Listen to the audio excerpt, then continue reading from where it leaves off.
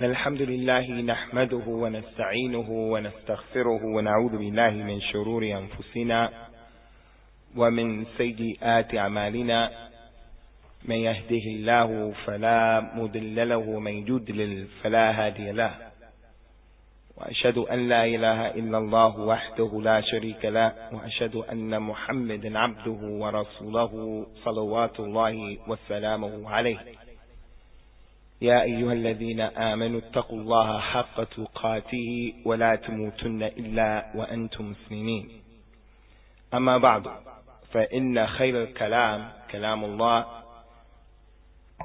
وخير الهدى هدى رسول الله صلى الله عليه وسلم، وشر الأمور محدثاتها، وكل محدثة بدعة، وكل بدعة ضلالة، وكل ضلالة في النار.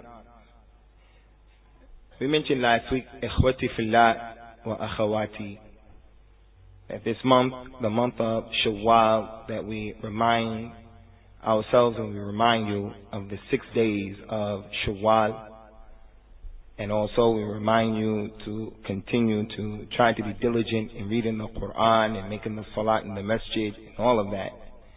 In the month of Shawwal, we mentioned we want to dedicate this month to dealing with some of the ahkam that are connected to the lisan, the tongue, which is one of the greatest ni'mas that Allah has bestowed upon us, as we mentioned last week. And we said, from the dalil that the lisan is a ni'mah, is the fact that Allah Azza wa Jal reminded Bani Adam of the fact that He gave him the lisan. أَلَمْ نَجْعَلْ لَهُ عَيْنَيْنِ وَلِسَانًا وَشَفَتَيْنِ. Have we not given you 2 eyes, and we gave you a tongue and 2 lips? وَهَدَيْنَاهُ النَّجْدَيْنِ. And we showed you the 2 paths, the path of the haqq and the path of the batil. So with your eyes and with your 2 lips and with your lisan, try to be a person who is going to be upon the path of an-nur, the path of al-haqq. And that can't be accomplished unless a person gets his tongue under control. So we mentioned, and we want to remind you again today, of the importance of the lisan and the makan of the lisan in al-Islam. We want to remind you that the lisan in al-Islam, it has an important makan, it has an important place. And that Rasulullah sallallahu alayhi wa sallam, first of all, when he was asked, Ayyul Muslimin Afdal, who is the best Muslim? Who is the best person in here? Who is a Muslim?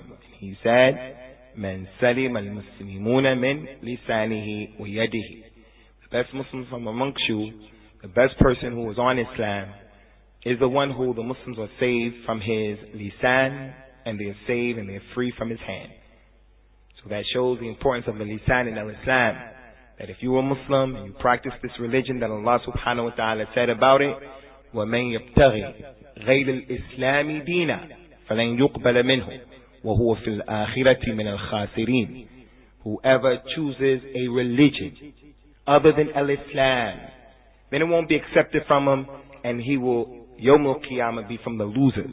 So the only deen that will be accepted is al-Islam. And the lisan has a serious makan in al-Islam, because the best of those people who are on Islam are the ones who the Muslims are free from their lisan. In addition to that, he said to us, especially those from us who are young, the shabab, to show the importance of the lisan in al-Islam, مَنْ يَدْمَنْ لِي مَا بَيْنَ لِحْيَيْهِ وَمَا بَيْنَ رِجْلَيْهِ أَدْمَنْ لَهُ الْجَنَّةِ. The important place of the tongue in al-Islam is that he guaranteed you Jannah. Whoever can guarantee me that he will take care of his tongue, and he will take care of what is between his legs, then I will guarantee you Jannah. Because they are 2 morsels of flesh that are very difficult to gain control over. So al-Islam came to teach you how to control all of that by making the salah, by fasting in the month of Ramadan, by making the hajj. All of that is connected to taking care of that lisan. The one who performs the hajj and he doesn't make a rafth, he doesn't speak about lewd things, nor does he argue it. That is the Hajj al-Mabrur. So he has to take care of his lisan. In the month of Ramadan, the person is not taking care of his lisan, he has no fast. The salat tanha anil fahsha'i wal munkar. The salat prevents lewdness and it prevents the evil things. So he guaranteed you Jannah if you can guarantee that you take care of your lisan. And finally, ikhwati fillahi, and especially our sisters who have a lot of idle time. And from the characteristics of the Nisa is that they more than anyone else have a very difficult time with overcoming the fitna of the lisan. The last proof of the position of the lisan in al-Islam, and there are many, is that he said sallallahu alayhi wa sallam, "Man kana yu'min billahi wal yawmil akhir falyaqul khayran aw liyasmut." Whoever believes in Allah, you are Muslim and you believe in Allah, that He created you and He gave you the ni'mah of an-nutq, the ni'mah of at-takallum wa at-tahadduth, and you believe in the last day that you'll be held accountable for what you said, he said, then let him speak good or let him remain silent. 3 ahadith to show the important place of the lisan in al-Islam. He guaranteed you Jannah if you can take care of it. The best Muslim is the one who the other Muslims are safe from his lisan. And if you believe in Allah on the last day, then let that person who has iman, alaykum salam, let him speak good and let him be quiet. We also want to remind you, Ikhwan, about the minhaj that comes from that hadith. The last hadith that we mentioned has a minhaj. That minhaj is, if a person knows that what he is going to say is good, then go ahead and speak about it. And if a person knows that what he's going to say is evil, then let him be quiet. Whoever believes in Allah on the last day, let him speak good or let him remain silent. And whoever is in doubt, what I want to say, what I'm about to say, I don't know if it's good and I don't know if it's bad. I don't know if it will harm and I don't know if it's going to benefit. If you don't know, then remain silent and leave what you doubt for what you don't doubt. Today we want to deal with an issue that is probably the biggest fitna in our community as it relates to the lisan. I didn't say that it was the biggest sin. No, the biggest sin as it relates to the lisan is for a person to make a statement of kufr, for a person to say something of disbelief. That's the biggest sin as it relates to the lisan. And it's an issue that needs to be discussed, but we'll leave that for another time, inshallah. We want to talk today about an issue that is the biggest fitna for us. And if the khatib in this masjid or in any masjid in the dunya, if he were to continuously give a khutbah about this issue, wallahi, we would consider him to be a nasih of the ummah. He's a person who's giving nasiha, because we need to be reminded of it over and over and over. And the one who has been blessed with a sadiq, with a khalil, with an akh, a sadiqa, if she has been blessed with a friend who can constantly remind that person of this issue, then that friend is a ni'mah also from Allah subhanahu wa ta'ala. And that is the fitna of al-ghiba. The fitna of al-ghiba. The biggest fitna in our community here in this masjid. The biggest fitna in the community in Leeds. The biggest fitna in the community in Barford, and on and on and on. Ghiba. Big fitna that Allah mentioned in the Qur'an when He said to the believers, وَلَا يَغْتَبْ بَعْدُكُمْ بَعْضًا أَيُحِبُّ أَحَدُكُمْ أَن يَأْكُلَ لَحْمَ أَخِيهِ مَيْتًا فَكَرِهْتُمُوهُ. And do not eat the flesh. Do not make ghiba of each other. Do not backbite each other. Would one of you like to eat the dead flesh of his brother? His brother is dead and he doesn't mind eating from his flesh. Allah said, فَكَرِهْتُمُوهُ. No, instead, you hate that, or you're supposed to hate that. Unless your fitrah has become contaminated, then it's okay. So that is al-ghiba that has been mentioned in the Qur'an. Al-ghiba is a kabira from the kaba'ir. We know that a sin is a major sin by 3 things. We know that a sin is a major sin by 3 things. One of the ways we know a major sin is a major sin is if Allah Azza wa Jalla or His Messenger sallallahu alayhi wa sallam says that that is a kabira. They asked Rasulullah sallallahu alayhi wa sallam, Ayu akbarul kaba'ir. What's the most biggest sin? He said, Ash-shirku billah, that you make shirk. So they asked him, what's the biggest sin? He said, shirk with Allah. He said, then what? He said, an taqtul waladik khashyatan an ya'kul ma'aka. The second one is for you to kill your child out of fear that he's going to eat with you, he's going to share with you. You're afraid that you can't take care of the child. And then what, Ya Rasulullah? He said, uququl walidain, that you disobey and you disrespect your parents. So we know that all of those are major sins because he was asked, what are the biggest sins? So that's the first way. Allah, His Messenger say it's a big sin. The second way, ikhwan, that we know that sin is a major sin is if there is a had for it in the dunya. You get your hand chopped off for something, then that's a kabira from the kaba'ir. You get flogged 80 times because you accuse someone without any dalil. You said that he made zina, she made zina, without any dalil. You get flogged 80 times. There's a had for that. You get put in prison. There's a had for that. It's a kabira from the kaba'ir. Or there would be no punishment that comes as a result of it, if it wasn't a kabira. And number three, you know that a sin is a major sin due to the description that it has. Whoever does this, then he's from the brothers of shaitan.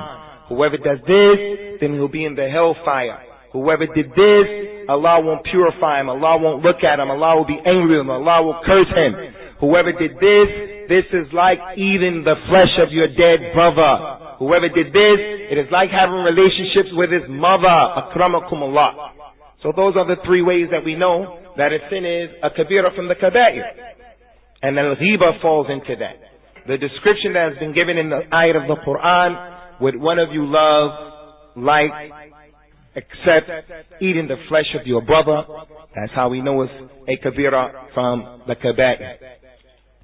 As it relates to al-ghiba, the Prophet said also, sallallahu alayhi wa ala alihi wa sallam, in an authentic hadith, Ya ma'ashara man amana lisanuhu wa lam yadkhul al-imanu fi qalbihi la takhtabu al-muslimin ولا تتتبع أوراتهم فإنه من تتبع أورة المسلم أفضحه الله في أقر بيته. He said to the Muslims, and this is a description for the majority of the people, the vast majority of the people, that we need to make tawbah. He said to his community, came out to them for no apparent reason, made the salah, turned around, and he said to those people, oh you people who, you have believed, you have embraced Islam with your tongues, but al-Islam has not entered into your heart. Do not make ghiba of the Muslims. He just came out. They didn't understand. Oh, you people who, you have accepted al-Islam by your tongues. Your name is Ahmed, your name is Bilal, you do the Eid, you may pray, wear hijab, you say the things of al-Islam, La ilaha illallah, Muhammad Rasulullah, but you do not look at the blood and the honor of the Muslims being haram upon you. He said, those of you who have believed with your tongues, you say you're a believer, do not make ghiba of the Muslims, and do not go after their awrat. Do not try to find out about their private, personal issues. Don't make a takalluf and make an effort to find out, is he married? Does he have another child? Is she divorced? How much money does she make? He has the telephone and the mobile phone of a person rings, and in his absence you pick his phone up to find out who's calling. Who does he have in, who are the people in the phone? It's not your business who the people are in his telephone. What does it have to do with you? Don't go after the awrat of the Muslim. The Muslim woman, she should not take out her husband's wallet and start going through his wallet trying to read the papers that are in his pockets and in his wallet. Don't go after the awrat of the Muslims. Whoever tries to follow after the awrat of the Muslim, Allah will expose him in the inner recesses of his home. Allah will make him a person who will be exposed. As shahid, from this hadith, the Prophet sallallahu alaihi wasallam, he put doubt on the Islam of the person who is making ghiba of the Muslim. And he described that individual as a person who he believed with his lisan and he didn't believe with the iman that should be in the heart. As it relates to al-ghiba, the exact definition of ghiba, because I believe if we understood and we knew what al-ghiba was, it would be clearer to us and easier not to do it and not to fall into it. And if we knew the severity of it and the seriousness of it and why people do it, those du'afa, then we will come to know of why it's befitting and in our best interest to leave it. He came out, he asked his companions, sallallahu alayhi wa ala alihi wa sallam, wa radiyallahu anhum ajma'een, atadruna mal ghiba? Do you people know what ghiba is? You're Arabs, and I'm asking you, do you know what ghiba is? Ghiba is from the word ghaib, from the word ghaib. The mudarrisa, the teacher wants to know where is the student, where is Abdullah. His brother says, huwa ghaib. He's absent, he's not here. Al-ghaib, ilm al-ghaib, the knowledge of the unseen. Ghiba is called ghiba because it's connected to that word of al-ghaib, something that is not seen. So he asked his companions, do you people know what al-ghiba is? They said, Allahu wa Rasuluhu a'lam. We're not going to talk about Allah's religion without knowledge. Allah and His Messenger know best. He said, al-ghibatu dhikruka akhaka bima yakrah. Ghiba is that you mention something about your brother that he doesn't like. It is that you mention something about your Muslim brother, your Muslim sister, your Muslim relative, something that he doesn't like. The companions wanted more information, more elaboration. The man said, Ya Rasulullah, ara'ayta in ma qulta anhu sahihan kana fihi? Do you see if what I said about my brother is true? He has bad breath. He really does have bad breath. His feet stink. He's stingy. He's not that bright. What I'm saying is true about my brother. He's not that bright.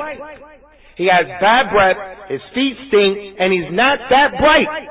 What if that is the case? He said, إن كان فيه فقد اختبته وإن لم يكن فيه فقد بهته. He said, if what you said about him in his absence is in him, he has that thing, then you made ghiba of him. And if what you said about him is not there, it's not true, then you've gone a step further. You have slandered the man. You have made slander. So al-ghiba is mentioning something about your brother, not about the kafir. Mentioning something about your brother in his absence, and he doesn't like it that you would mention that particular thing. In another narration, he says, sallallahu alayhi wa ala alihi wa sallam, al-ghibatu an tadhkura al-rajul billadhi yakrahu fi ghibatihi. Ghiba is for you to mention something about a person in his absence and he doesn't love or he doesn't like what you say. That's al-ghiba, ikhwani. So anything that we talk about other people, for the most part, you know the person doesn't like the fact that you're talking about them the way that you're talking about them. All of that is a ghiba, and it is a kabira from the kaba'ir. As for the hadith talking about the tarheeb and the severity of al-ghiba, there are too many. We want to really get to the meat of this issue, so we'll only give you a few, like the hadith of what happened in the Isra, in the Mi'raj of Rasulullah sallallahu alaihi wasallam, al-Isra wal Mi'raj, the incident, al-Isra wal Mi'raj. And for your information, al-Isra is one thing and al-Mi'raj is another thing. There are two different things going on. Al-Isra is when a person goes out at night. If you left your home after Maghrib, that is al-Isra. To go out at night time, that's the meaning of al-Isra. You are Musri, you're Sahib al-Isra. Isra means to go out at night time. Subhanalladhi asra bi'abdihi laylan min al-masjid al-haram ila al-masjid al-aqsa. Allah said, glory unto Allah who took his slave at night time from the masjid al-haram to the masjid of al-aqsa, Baytul Maqdis. So al-Isra is when Allah Azza wa Jal took him from Mecca to Bayt al-Maqdis took him from Mecca to Bayt al-Maqdis at nighttime. That's Al-Isra. Al-Mi'raj is when he went from Bayt al-Maqdis into the seven heavens. So know the difference and the distinction between your deen and these issues, because it is your deen. Al-I'raj is to go up. And that's why they call the one who limps, the one who has one leg shorter than the other leg, they call him Al-A'raj from that word, because he goes up and down. They call the step also the Mu'raj, the one that you go up, is called the step in your home. In the Mi'raj of Rasulullah sallallahu alaihi wasallam, he came upon a lot of people. He came upon the lady who was combing the hair of Fir'aun's daughter. And that lady dropped the comb while she was combing the hair of Fir'aun's daughter, and she said, Bismillah. And in another narration, Bismi Rabbi, in the name of my Lord. She dropped it and she said, Bismi Rabbi. The little girl said, Walaki Rabbu ghayra Abi, do you have a Lord other than my father? And she said, Rabbi wa Rabbukillah, my Lord and your Lord is Allah. Rasulullah told about that story. He told about the story of the Zunat, the people who make zina. He said it came amongst a group of people who were in a big vessel, and the vessel had a fat base to it, and then it got skinny in the middle, and then it got fat again at the mouth.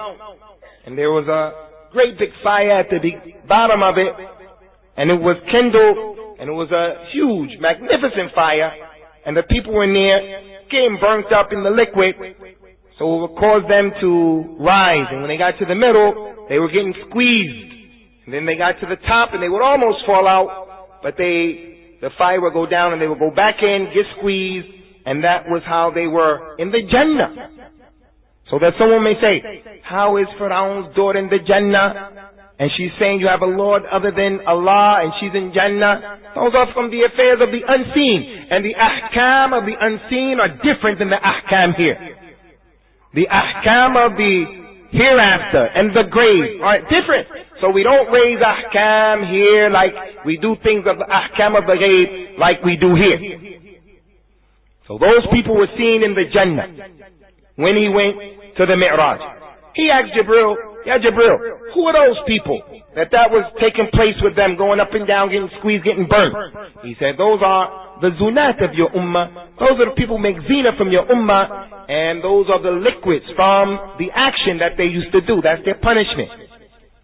He said, when I went to the Mi'raj, I never passed a group of malaika except that they told me, Ya Muhammad, do the hijama. For verily the hijama is a cure from every disease.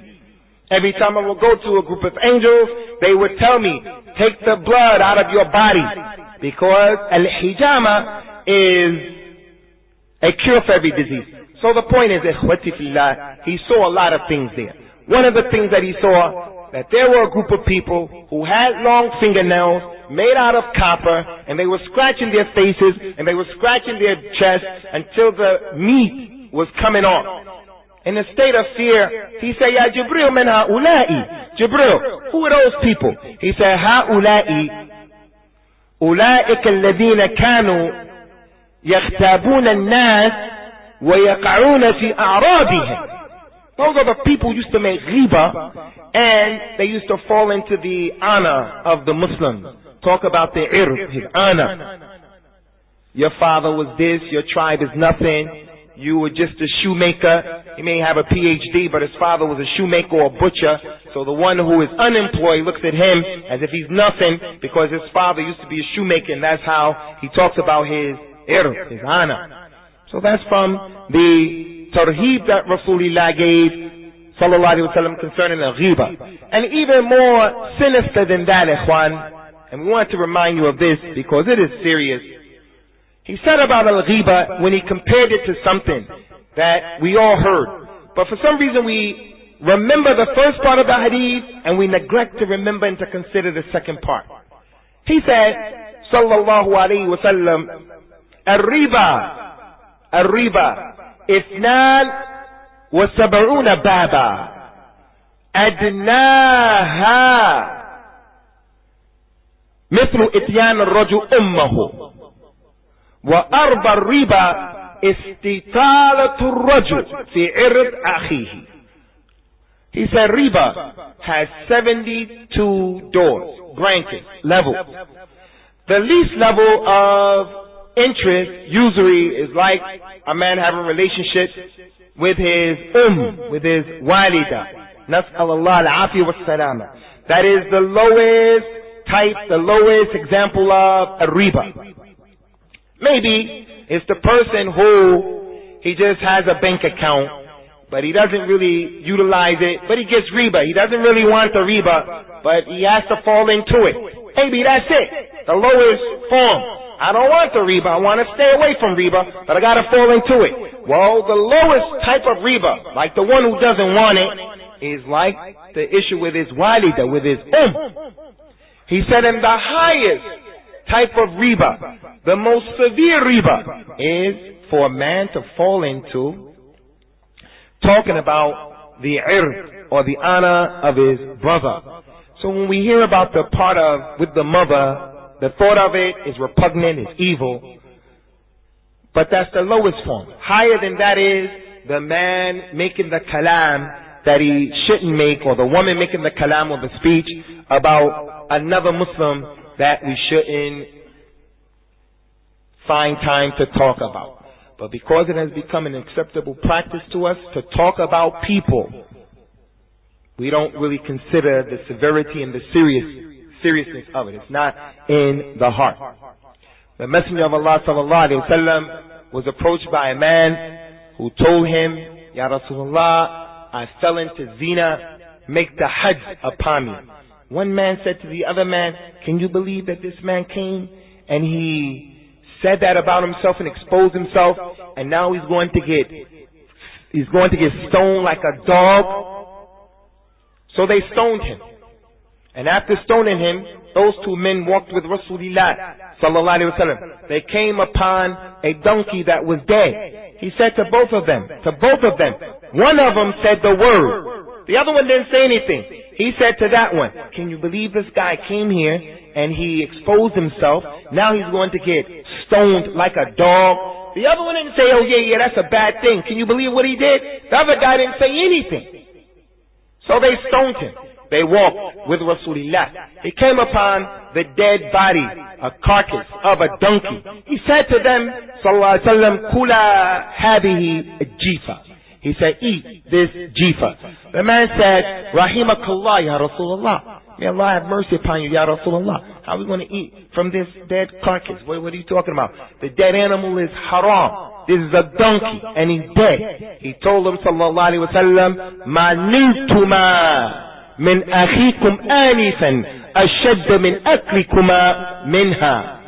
What you two said about your brother before is more severe than eating this donkey. Why? Because wallahi, that man right now is in one of the castles of paradise. So what you said about that man is worse than you sitting down eating the donkey. It's worse than that. So the issue of ghiba, ikhwani, it is not a small issue. Which brings us to point number 1 about misunderstanding al-ghiba and understanding ghiba. From this last hadith, it goes to show that you don't have to also be the one who's participating in the actual kalam to be considered one who's making ghiba. If you're listening to it, you're guilty. If you allow the person to feel comfortable that he can say it to you, you're guilty. Like the second man. He didn't say anything. He didn't have a comment. He didn't share anything. But his demeanor and his disposition and his action suggested that he listened to the kalam of that other man. He didn't say to him, ittaqillah. I don't want to hear that. You don't know the reality of that man. I have enough of my own personal problems. that I don't need to be making ghibah. Me, myself. I don't have time, nor do I have the need to make ghibah of anyone else in this creation because I have my own personal problems. Anyone who makes ghibah is because he's wretched. He has problems. So he kind of wants to make himself feel better, so he has to talk about other people. That's one of the reasons people make ghibah. Hasad, envy, jealousy. Another reason people make ghibah. They want to put people down. They want to make ghibah of other people. Ghibah brings no good unless it's done in the ways that are halal. So the first thing about al-ghibah and the fiqh of al-ghibah is you being a person who sits there and you allow it to take place, you're just as guilty. Ad-dalu ala khayran kafa'ilihi. The one who guides someone to good will get the reward of doing it himself. If you got it, whoever opened this door to this masjid, he gets the reward of helping the people to pray. Whoever opened that door to the masjid, he gets the reward of helping the people to pray. And similarly, the one who took the key and he locked the door, he's responsible for the people not praying. So the one who hears the ghibah and he allowed the person to feel comfortable with it, he is responsible. Allah told us, وَلَا تَقْعُدْ مَعَ الظَّالِمِينَ بَعْدَ ذِكْرَى. Don't sit with them people after you hear the ayat of Allah being played with, after you see that the ayat of Allah, the signs of Allah subhanahu wa ta'ala are being put down. Don't sit with them. Either tell them it's haram or get up and leave the presence. Second thing that many people fail to realize and understand is that the person may say, you know, Fulan, he's a thief and he did this and he did that, and I'll tell him that in his face. Wallahi, I'm willing and ready to say that to him if he was here. That's still ghibah, even if you're sincere and honest about having the courage to tell him in his face. Then you should go and tell him in his face as opposed to saying it behind his back and making ghibah. Because you're willing to say it in his face doesn't make it halal. Ghibah is mentioning something about your brother in his absence and he doesn't want you to mention that thing. So it's not enough that you're serious and you're honest about mentioning it in his face or in his presence. But in mentioning the ghibah, ikhwan, it should be understood that we have to stay in the middle course. There are some times when ghibah is permissible, and there's sometimes when ghibah is wajibah, and sometimes when ghibah is, as we just mentioned, haram. One of the times that it is permissible to make ghibah, there are a number of cases when you can make ghibah, and it's not considered to be ghibah. The first case is, if you want to describe someone to someone else, you can say something that he may not like you mentioning that, but you're only mentioning it because the person does not understand who you're talking about unless you mention that particular aspect of that person. Had he been there, he wouldn't have liked that you described him the way you did, or with that thing. But your intent should not be to describe him to put him down. You're describing him by that thing that he may not like, so that that person who you're talking to will know who you're talking to. There are a number of Muhammads in our community. Muhammad Aslam. Which Muhammad Aslam? We have a number of them. Which one are you talking about? You know, the one who's unemployed. All of them work except one. He may not like that you mentioned he's unemployed, but you didn't say it to bring him down. The Prophet said to his companions, as Umar radiallahu anhu said during his khilafah, Umar met a group of people from the tribe of Al-Qur'aniyin, the Qur'aniyun. They came to give the bay'ah, to mention and to meet Umar and to visit Medina. Umar, with his iman, he asked, in your tribe, is there a man by the name of Uwais al-Qarani? They say, yes, we have Uwais al-Qarani. He's camped somewhere. We have a person like that. He said, go get him. They went and they got Uwais al-Qarani. He said, Rasulullah told us, sallallahu alayhi wa sallam, that there will be a man who will come from Yemen. His name is Uwais al-Qarani, and he's from the Khairu Tabi'een. Rasulullah called the Tabi'un the Tabi'een. The companions of Sahaba are those people who were with him. And then the ones who met the Sahabas but they didn't meet Rasulullah, they're the Tabi'een. Where that word come from? Rasulullah called them the Tabi'een. Allah called them the Tabi'een in the Qur'an. السابقون الأولون من المهاجرين والأنصار والذين اتبعوهم بإحسان. He called them الذين اتبعوهم, the ones who followed them. He said, Rasulullah told us there will be a group of people from Yemen. There will be a man from amongst them. His name is Uwais al-Qarni, and he would leave behind in Yemen his mother, وَكَانَ فِيهِ بَيْضَاء, and he's going to have a speck or a spot, an area on his body where he has al-barus, leprosy. So Rasulullah described the man's leprosy. No human being who has leprosy. The leper doesn't like to be described as being a leper. It is a fitna disease. So Rasulullah described him like that, sallallahu alayhi wa ala alihi wa sallam, himself, so that the people would know who he is. Not so that they would run away from him. Not so that they would say, you're a leper, let's put him in a colony. If he said it for that reason, then the Muslim is sinning. You know, Muhammad, the leper, but he wants to put him down. You know Muhammad, the one with the big head, he wants to put him down. That's not permissible. So when you want to describe someone, you can say the one who is crippled, the one who has a speech impediment, and on and on and on. Second time that is permissible to make al-ghiba, ikhwani, to make al-ghiba, is when a person has been oppressed. He has been oppressed. He's mazloom. He's mazloom. So he has to mention that his father oppressed him. Her husband oppressed her. The father called the daughter. How are you doing, ya bunayya? How you doing, ya binti? She says, not good, Abi. He did this to me and he's doing that. He's out drinking. Maybe the husband doesn't want that to be mentioned. He can't say to his wife, you mentioned to your father what I don't like. I wasn't there. It's ghiba. Nah, that's permissible. He's been oppressed. She's been oppressed. They've been oppressed. Now you can mention about those people because of the oppression. And there are too many examples from that, from the Sunnah. From the Sunnah. The lady came and told Rasulullah sallallahu alayhi wa ala alihi wa sallam, our husbands are hitting us. Our husbands are hitting us. First the men told him, the women are getting out of hand.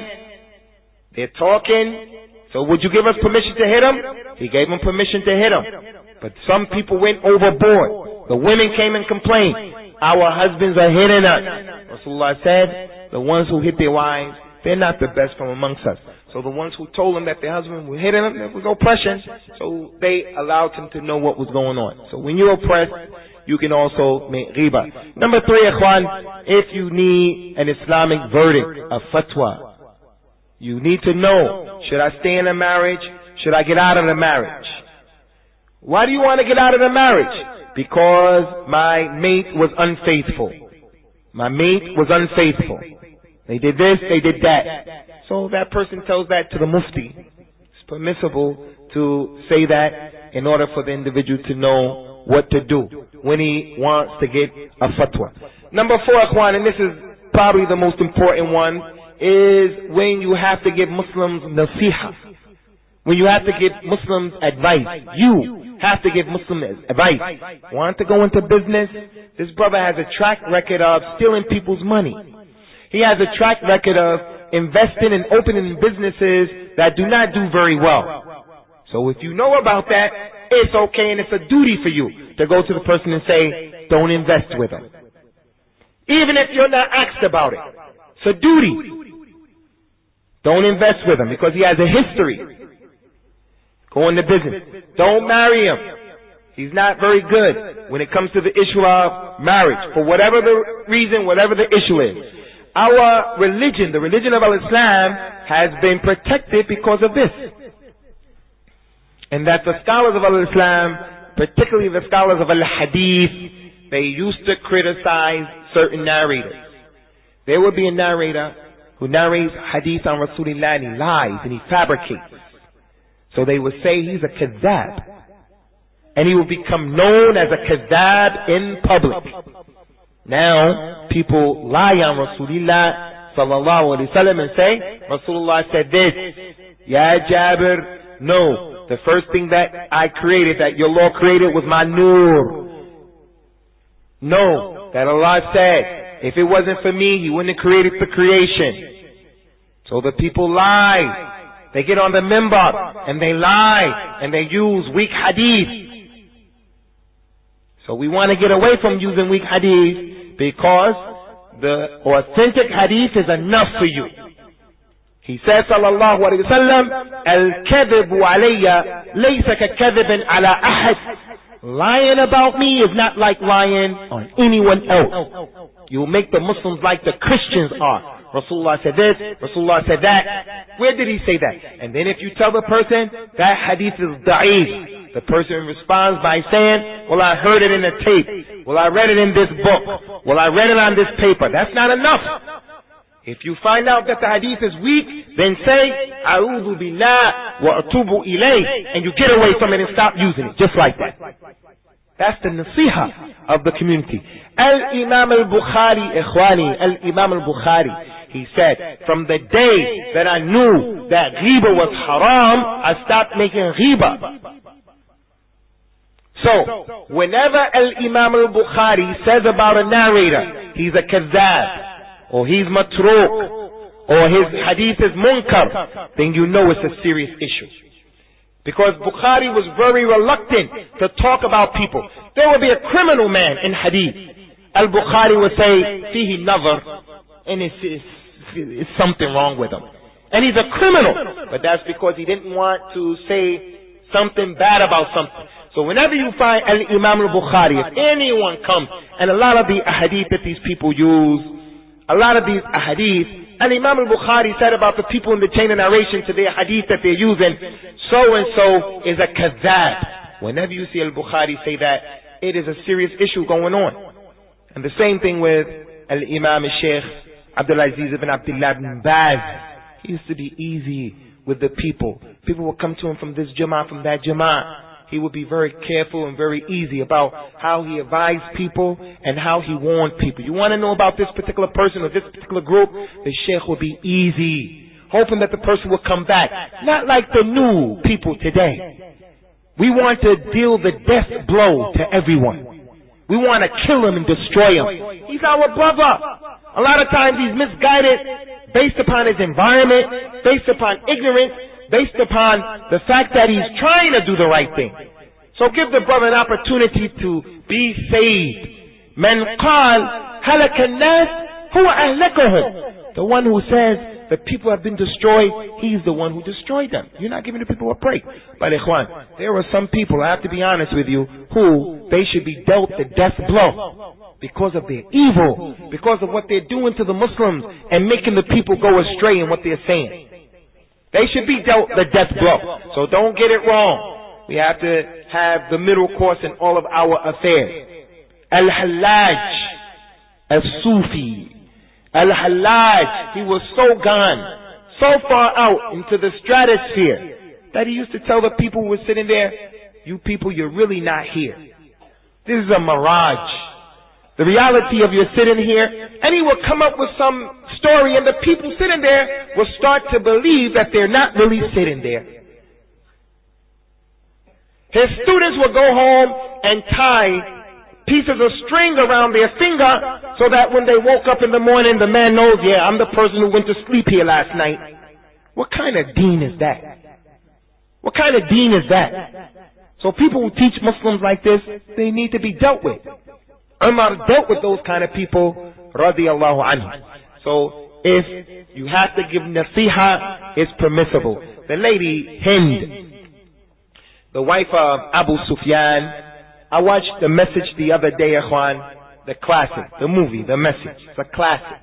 It still gets me pumped up, especially the parts about jihad and how it was back then and stuff like that. In The Message, they had Hind, the daughter of Abu Sufyan, screaming at Abu Sufyan. That's one of the big problems with the movie. Hind was saying, when Abu Sufyan was saying we can't defeat him, we have to make peace at the end, Hind came and was trying to slap Abu Sufyan, and he grabbed her and just said, we can't win, we can't win. Wallahi, no man in this masjid would dare raise his hand to Abu Sufyan in Jahiliyyah or in Al-Islam. Not to mention the woman. My wife better not think about picking her hand up to slap me. That's my wife. I don't know about you, but my wife better not think about it. You think Abu Sufyan radiallahu anhu is going to allow how they depicted him in that movie? That's the problem that we have with that movie. Bilal, the muezzin in the movie, he played in another movie in America where he was a drug dealer. That Bilal of the movie played in the movie was a drug dealer. So ikhwan, we have to be balanced in these issues. Anyway, Hind came to Rasulullah sallallahu alaihi wasallam and she said, Ya Rasulullah, inna Abu Sufyan rajulun shahih. Rasulullah, my husband Abu Sufyan, he is very stingy. Shahih, more than bakhil. She mentioned something he wouldn't like. Can I take from his money? He doesn't give me enough for my kid and myself unless I take it without his knowledge. Can I take his money? Rasulullah said, take what is enough for you and your baby with ma'ruf. Don't go overboard. So she mentioned something about her husband that wasn't nice. Fatima bint Qais came. Ya Rasulullah, I need some advice.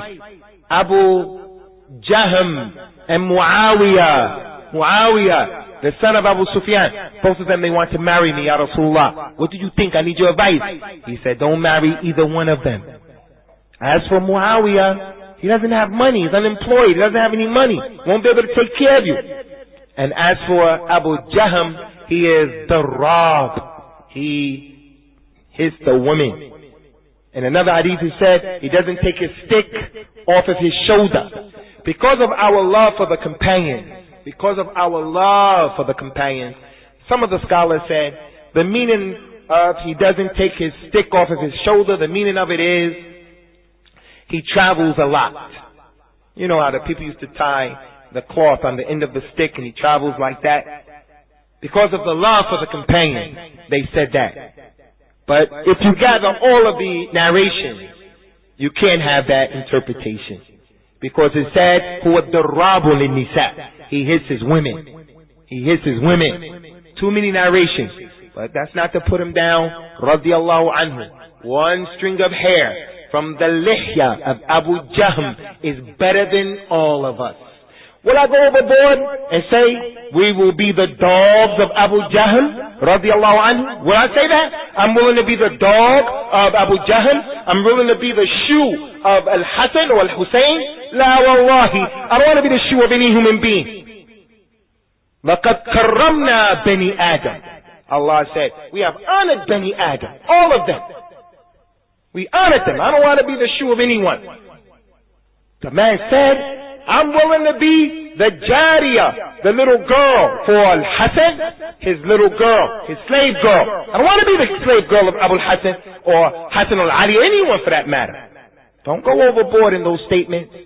So Abu Jahm, radiallahu anhu, one strand of hair from his lihya is better than all of us. Why? Because of his suhbah to Rasulullah sallallahu alaihi wasallam. كم هذا يا أستاذ غضنفر؟ كم العدد؟ كم تكلمنا؟ 4 5 أشياء؟ وعليكم السلام. How many things did we mention so far, akhi? Number 5, ikhwan, is the person who has to get the munkar. We want to make the izalat al-munkar. We want to get rid of some evil that's going on. Then you can make ghiba of someone. People over there, they have a house, and in that house, they're making khamr. So someone comes and say, come and help us. We want to go over there and talk to these people about the khamr. You can make ghiba to make the izalat al-munkar. Akhi, would you come with me to my brother-in-law's house? Because he's doing this, he's doing that. We have to stop this munkar from taking place. He's getting high, smoking crack, selling crack. He's selling movies that are haram and this and so forth. And finally, ikhwan, number 6 is the one who is a jahir bisu. The one who is an open sinner. He doesn't have haya. كل أمتي معافٍ إلا المجاهرين. All of my ummah will be forgiven, except the ones who broadcast. So when we do these sins, that doesn't mean go ahead and do the sins, but it means try to hide the sins that you do. All of the people who hide their sins, they will be forgiven. Why? Because if we don't hide them, we'll teach people that it's okay. If we smoke in front of the masjid, we'll teach these little kids smoking is okay in itself, and it's okay to do it in front of the community. So evil comes as a result of that. So Islam doesn't say go smoke in private. It doesn't tell you, but it says if you do smoke, don't smoke in front of the people. Don't smoke in front of the people. So if a person is an open sinner, then it's permissible also to make ghibah. He's a fajr, he's a fatiq, he drinks khamr, because he himself didn't respect his own situation. Those are the 6 times where you can make ghibah. If you want further elaboration, ikhwan, about this, all of the books, the main books of Islam deal with ghibah. Go to the book Riyadh al-Salihin that you all have, read that with your wives. Start paying attention to the issue of talking about other people with what they don't deserve. If I said to my wife, oh, the brother, he has a long beard, his beard is too long, he doesn't like that. He doesn't like that. For me to say that, that's ghibah. So we need to be cognizant. We need to think about, what am I saying about people and other people? It's not permissible. It's not permissible. If the person is in the presence and you said something that he didn't like, then it's not ghibah. Even if he didn't like it, it's not ghibah. Now the issue of was it oppression or that and this and that, then this comes into play, but it is lesser. So ikhwan, today's lesson is the most important lesson as it relates to the lisan. لا تغتابوا المسلمين كما قال النبي صلى الله عليه وسلم. Don't make ghibah of the Muslims. So now I want to challenge those brothers that I spend a lot of time with, brothers like Gazamfar, people who I've been spending quite a bit of time with lately. Your companion who you have, the one who you have as a companion, let us begin to remind each other and to say to each other, that's not permissible, akhi. I think that's ghibah. The brother Ali and his brother Qur'an are always together. Akhi, I think that's ghibah. Mentioning something about someone's in his absence is not permissible. And the ni'mah sahib, the ni'mah companion, is the one who's going to remind you of that. The lisan, as Abu Huraira, Abu Bakr said, it has led to my destruction. Awradani hada al-mahalik. This has caused me to be destroyed. So our hour is up, ikhwan. If you guys have any questions now, inshallah, we want to remind you of 2 things very quickly. These forms, we want you to take them. We haven't been getting a good response from the people as it relates to filling out the forms and trying to do what you can possibly do for the dawah efforts. We want you guys to get a little bit more serious and committed to this particular dawah project. So we're going to pass it out, inshallah. And the second thing is there is food upstairs. So take a form and try to support the effort. Do you brothers have any questions? Sisters have any questions? Any questions? Ikhwati fillah. Any questions? What's your name? Abid. Where you from? Please. Fadl Abid. Hold up. After that. But take them with you. But after that. Fadl Akhi Abid. Abid. I'm mu'ajib bika. I'm impressed with the fact that you brought a pen and you brought a notebook and you wrote it down. It's a sign of a good student of knowledge, inshallah, and ikhlas. May Allah subhanahu wa ta'ala give you the tawfiq, Abid. Fadda.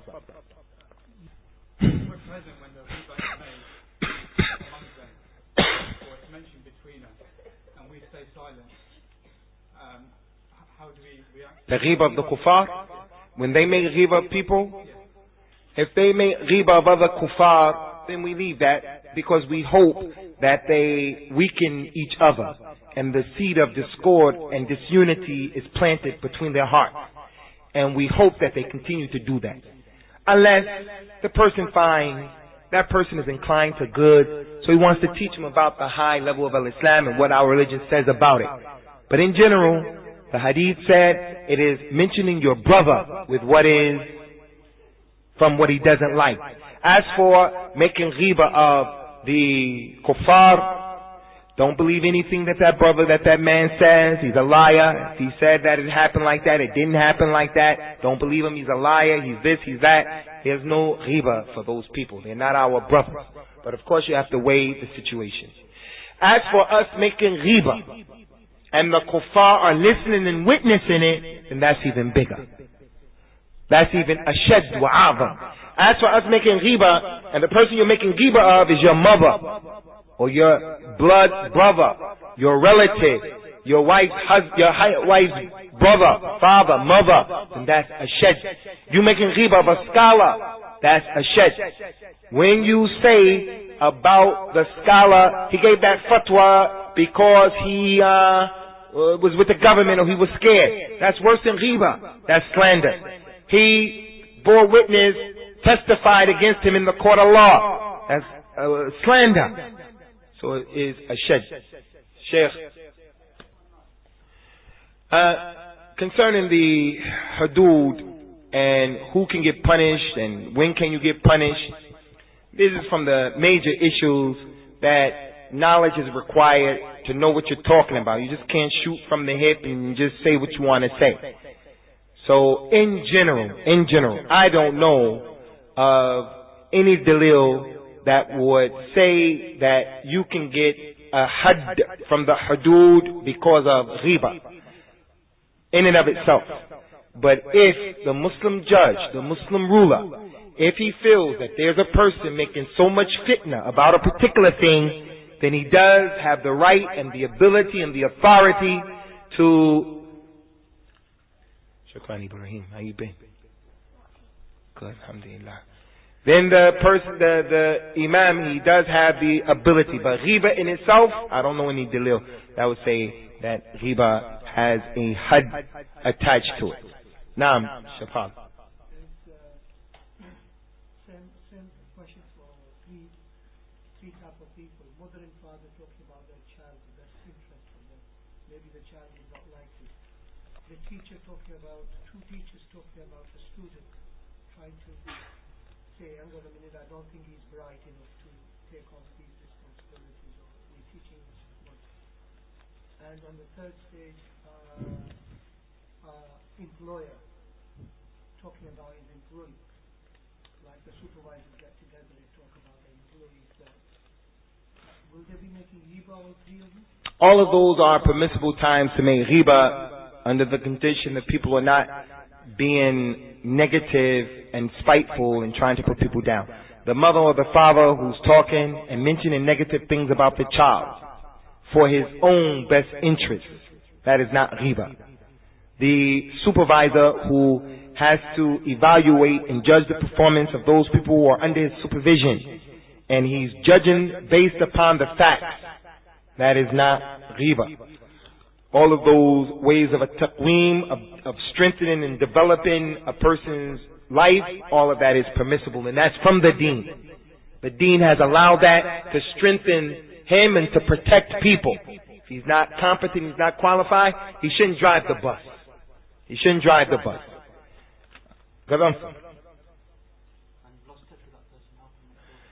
If a person wants to make tawbah from any sin requires that first you feel sorry for what you did. You have a nadam. You are sorry for what you did. Then you leave alone what you're doing. And then you agree and you say, I'm never going back to it. So you're sorry. And nadab huwa tawbah. To feel sorry is tawbah, he said. And then you decide, I am not going to go back to that thing again. I'm going to leave it altogether.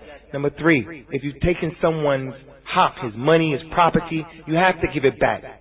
If you make tawbah with the first 2 and you don't give it back, and you still have it, there is some benefit in your tawbah, but you didn't make the complete tawbah. You have to give it back for the tawbah to be totally, absolutely complete. And part of that is to go to that individual and to say to the individual, hey, I talked about you in a way that I shouldn't have. Would you please forgive me? So that he doesn't take your deeds, Yawm al-Qiyamah. But you lost the opportunity to say that. Or you can say it, but it's going to make a bigger fitna. He's the type of person, if you go to him, you say, I talked about you in the way that I shouldn't have. He's going to make a problem for you then. In that case, you don't say it. In the case of the one who lost the opportunity to make amends, to make islah, to make peace, he makes dua for that individual. He makes dua. As he made ghiba, he talked about him in his absence, he makes dua for him in his absence until he feels that he has repaid him in kind. Any more questions, ikhwati fillah? Uthman. That's an excellent question. If a person is being oppressed by someone like the parent, and they come and they tell someone just to get it off their chest, this could be permissible and it can be haram. If he's going to the individual, he knows that individual can't do anything practical by changing the situation. But maybe that individual can give him advice. He can give him advice. And as human beings, you have to be able to get certain things off of your chest. And Allah Azza wa Jalla has said in the Qur'an, وَأَنَّهُ هُوَ أَضْحَكَ وَأَبْكَى. And Allah is the one who caused you to laugh, and He's the one who caused you to cry. Because if you can't laugh or you can't cry, you are in trouble in this dunya. You have to be able to laugh, and you have to be able to cry things off. Some people are so happy that they cry, and some people are so sad that they laugh. Those people will go crazy. They're so sad that they start to cry. So you got to be able to get that thing off of your chest. But if you're going to mention something to bring someone down, to vent, and just to pay your mother and your father back, and you're saying what is negative, don't expose your mother and your father like that. Don't expose your mother and your father like that. This is the last question, ikhwan, from one of our sisters in Islam. And before I forget, we want to welcome back our brother Abdul Azim, who made the Hajj, the Umrah, and we ask Allah Azza wa Jal to accept his Umrah, making an Umrah maqbula, and all of the khatawat, the steps that he took around the Kaaba and everything in the Masjid al-Haram, and Allah Azza wa Jal accepts all of that from him. Brother Abdul Azim is a young brother. We want you younger brothers also to start looking at going to Umrah and Hajj as being serious. That kalam about when I get married, when I turn 40, when I do this, when I do that, that's from shaitan. Make Hajj while you have the strength and the money. And you young brothers, you have to start saving your pence and your pennies right now for Hajj. When they ask you, what are you saving your money for? You say, I'm saving my money so when I turn 17, inshallah, I make Hajj. When I turn 15, I make Hajj. The sister said, can you talk about someone without mentioning their name? Even if they catch on about who you are talking about accidentally. If it is known who you're talking about, then that's ghiba. Then that is ghiba. But if it's not known who you're talking about, then there's an acceptable reason, religious reason to mention that without mentioning names, and it's permissible. Prophet used to come and tell the people, مَا بَالُ أَقْوَامِ يَقُولُونَ كَذَا وَكَذَا. He used to say, what is it that some people do this and do that? What do you think about people who do this and do that?